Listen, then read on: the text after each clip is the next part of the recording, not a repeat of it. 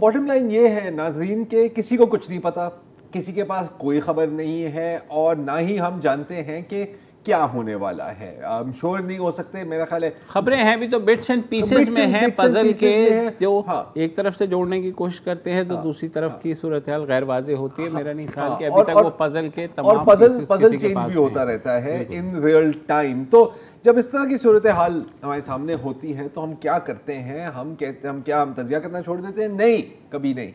हम कहते हैं अब हम चेक करते हैं बॉडी लैंग्वेज। हाँ, बॉडी लैंग्वेज सब चेक करने के आज से बेहतर दिन किसी को मिलना नहीं था। आला दिन था आज, क्योंकि आज यौम पाकिस्तान था, वजीर आजम ने भी आना था, आर्मी चीफ ने भी आना था। एक पेज पर नहीं तो एक कम से कम एक स्टेज पर जरूर थे। एक पेज नहीं एक स्टेज पर थे।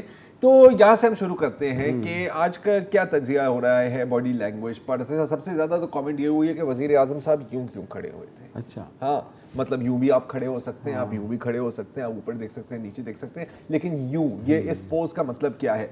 तो मैं भी जानना चाह रहा था। तो अभी मैंने गूगल किया है ब्रेक में, तो जो पहली जो विकिपीडिया की एंट्री आई है उसके मुताबिक इसका मतलब है कि आप लोगों को अपने से दूर रखना चाहते हैं।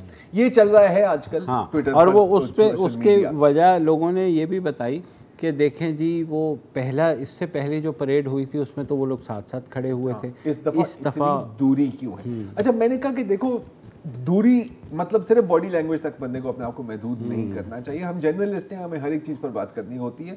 तो ये जो दूरी लैंग्वेज है इसका क्या मतलब है? तो एक वो पिक्चर आपने देखी होगी कि वजीर आजम स्टेज पर खड़े हैं, बीच में मेरा ख्याल है आरिफ अलवी साहब खड़े हैं और बहुत दूर अगर वो स्टिल है तो वो चला दें और साइड में और सर्विसेज चीफ के साथ जो है वो परवेज खटक साहब जो परवेज खटक साहब बैठे हुए खड़े हुए हैं और चीफ ऑफ आर्मी स्टाफ बहुत दूर खड़े हुए हैं।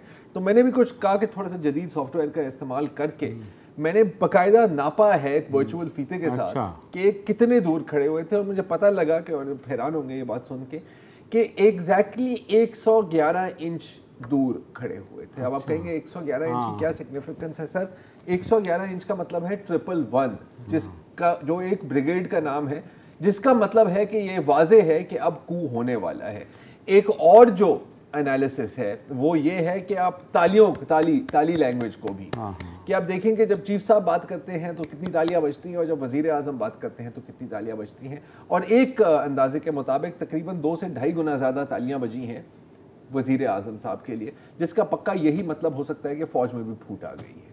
तो ये दो मैंने थ्योरीज निकाली और मेरे पास फैल गई बात। लेकिन मुझे बड़ा अफसोस हुआ कि अभी हम अपने कॉरेस्पॉन्डेंट से भी बात कर रहे थे और आप बहुत एक बड़े नामवर सहाफ़ी हैं और हमेशा यही बातें हो रही हैं किसकी किससे मुलाकात हुई, किसकी किससे मुलाकात नहीं हुई। तो आज जो सबसे अहम मुलाकात हुई है उसका तो आपने जिक्र ही नहीं किया। और मैं बात कर रहा हूँ पाकिस्तान कराची के टॉप लीडर और MNA आमिर लियाकत भाई की। और आमिर लियाकत भाई, आप चेक, शर्ट इनकी लाजवाब है। किसी ने ट्विटर पर कमेंट किया था कि ऐसे लग रहा है कि जैसे हवाई के PM से मिलने जा रहा है। एनीवे, तो वो गए और निकलते हुए वजीर आजम से मिले और कहा कि नहीं, उन्होंने मुझे क्या कायल करना था मैंने उनको कायल कर दिया है और जो होना था वो नहीं होगा और जो नहीं होना था वो होगा। और फिर वहां से निकलते बड़ी दर्दमंदाना ट्वीट्स कर रहे थे गुज़िश्ता 2 हफ्ते से कि मैं तो आप दीदा हो गया था बिल्कुल कि मुझे लिफ्ट नहीं करा रहे और आपने मुझे छोड़ दिया। इतनी डिप्रेशन हुई थी भाई। और मैं सिर्फ इतना कह सकता हूँ कि अल्लाह का वास्ता है कोई रमज़ान ट्रांसमिशन दे दे भाई को, हाँ, ताकि ये मतलब कम से कम नई शर्ट तो खरीद लेंगे। बिल्कुल। अच्छा, आर्मी चीफ और उसके बाद जब वो वज़ीर आज़म को रुखसत भी कर रहे थे तो उस पर भी आ गया ये तो आखिरी सलामी है और इसके बाद खेल ख़त्म है। हालांकि वहाँ जो रिपोर्टर्स मौजूद हैं थे, उनसे मेरी बात हुई तो उन्होंने कहा कि वज़ीर आज़म ने कहा कि हम लंच पे मिलेंगे और वो फिर बाद में मुलाकात हुई भी। लेकिन ज़ाहिर है वो लंच पे मिल रहे हैं तो कोई ऐसी वो नहीं है कि जिसकी आपको प्रेस रिलीज़ भी चाहिए कि जनाब ये। उसके बाद फिर ये रिपोर्टर्स आए तो रिपोर्टर्स से जो सारी गेम रमज़ान ट्रांसमिशन की है सर। हाँ, ठीक है ना। तो रमज़ान से पहले कुछ होना है क्योंकि उसके बाद रोज़े में चले जाएंगे। फिर रमज़ान का मसला ये होता है कि जब आप रोज़े से होते हैं फिर आप झूठ नहीं बोल सकते।